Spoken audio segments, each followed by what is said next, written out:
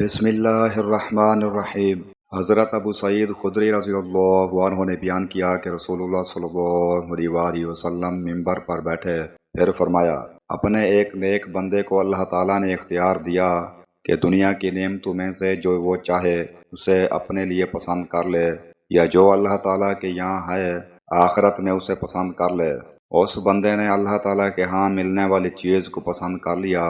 اس پر حضرت ابو بکر رضی اللہ عنہ رونے لگے اور عرض کیا، ہمارے ماں باپ آپ پر فدا ہوں۔ حضرت ابو سعید رضی اللہ عنہ کہتے ہیں، ہمیں حضرت ابو بکر رضی اللہ عنہ کے اس رونے پر حیرت ہوئی۔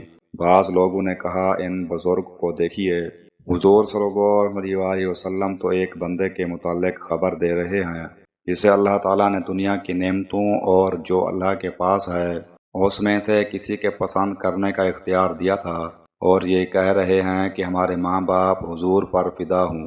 لیکن رسول اللہ صلی اللہ علیہ وآلہ وسلم ہی کو ان دو چیزوں میں سے ایک کا اختیار دیا گیا، اور حضرت ابو بکر رضی اللہ عنہ ہم میں سب سے زیادہ اس بات سے واقف تھے، اور رسول اللہ صلی اللہ علیہ وآلہ وسلم نے فرمایا تھا کہ لوگوں میں سب سے زیادہ اپنی صحبت اور مال کے ذریعے مجھ پر صرف ایک ابو بکر ہیں۔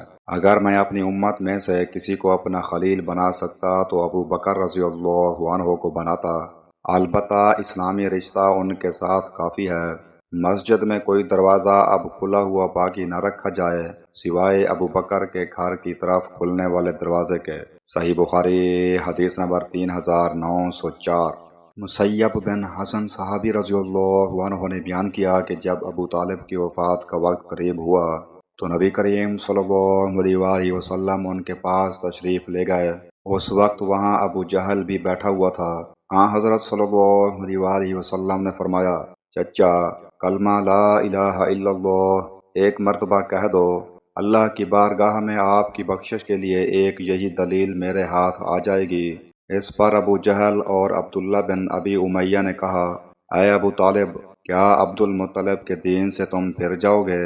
یہ دونوں انہی پر زور دیتے رہے، اور آخری کلمہ جو ان کی زبان سے نکلا وہ یہ تھا کہ میں عبد المطلب کے دین پر قائم ہوں۔ پھر حضرت صلی اللہ علیہ وآلہ وسلم نے فرمایا کہ میں ان کے لیے اس وقت تک دعائے مغفرت کرتا رہوں گا جب تک مجھے اس سے منع نہ کر دیا جائے گا۔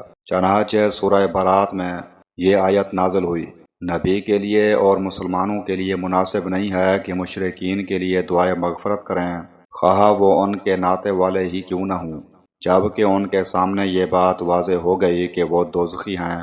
اور سورہ قصص میں یہ آیت نازل ہوئی، بے شک جسے آپ چاہیں ہدایت نہیں کر سکتے۔ صحیح بخاری حدیث نمبر 3884۔